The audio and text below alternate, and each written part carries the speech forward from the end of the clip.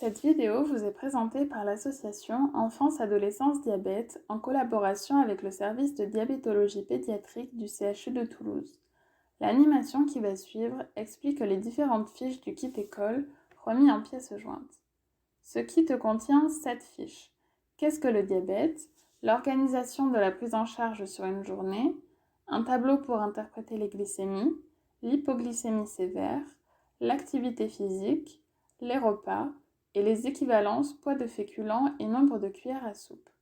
Dans cette vidéo, nous nous concentrerons sur les fiches Qu'est-ce que le diabète et l'organisation sur la journée. Qu'est-ce que le diabète? Le diabète de type 1 est une maladie auto-immune dans laquelle le pancréas ne produit plus d'insuline. Ce manque d'insuline entraîne un surplus de sucre dans le sang.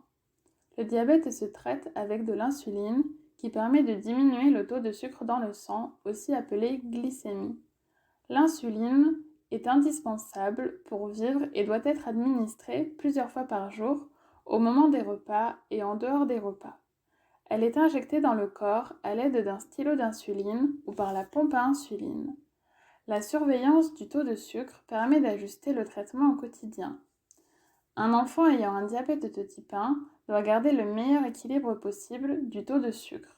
Cela nécessite des injections d'insuline, la surveillance du taux de sucre, mais également l'équilibre alimentaire, le comptage des glucides des repas et la pratique du sport. La surveillance glycémique peut se faire avec le matériel de mesure de la glycémie. Une bandelette bleue est insérée dans le lecteur de glycémie. Une goutte de sang est prélevée avec l'autopiqueur puis déposée sur la bandelette. Le lecteur annonce un chiffre de glycémie. Elle peut aussi se faire avec le matériel de mesure du taux de glucose en continu.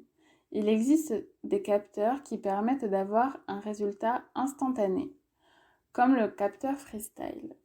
Cette surveillance doit se faire plusieurs fois par jour et plus si nécessaire. La fiche suivante va permettre d'organiser le rythme de ces contrôles ainsi que la prise d'insuline et les intervenants auprès de l'enfant. Il vous faut prévoir une surveillance entre 2 et 3 heures après le petit déjeuner, souvent corrélée avec le début de la récréation du matin.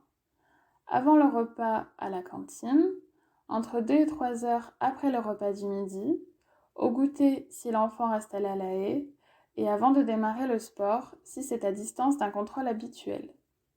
Merci de nous avoir écoutés et à tout de suite dans la deuxième vidéo concernant les hypo- et hyperglycémies. Created using Powtoon.